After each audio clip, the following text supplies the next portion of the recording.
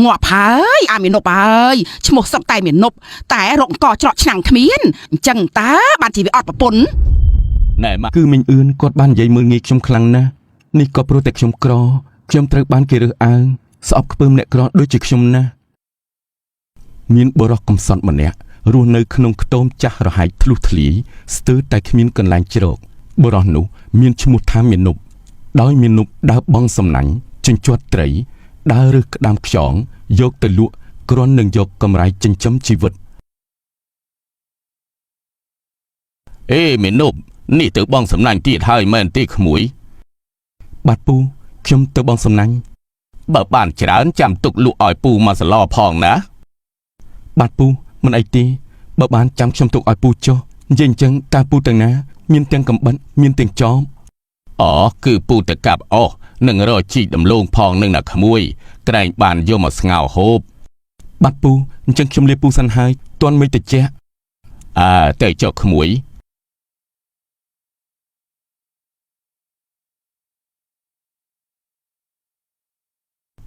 យីថ្ងៃនេះផ្ការីកល្អល្អណាស់ពិតជាមានត្រីច្រើនមិនខានទេ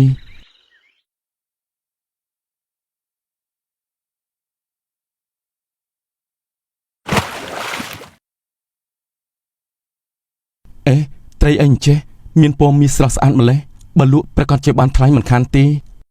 ហើយកុំលុកខ្ញុំអីនេះយ៉ាងម៉េចនឹងហេតុអីក៏ត្រីចេះនិយាយមិនហើយព្រោះខ្ញុំមិនមែនជាត្រីធម្មតានោះឡើយយកខ្ញុំទៅផ្ទះរបស់លោកសិនទៅ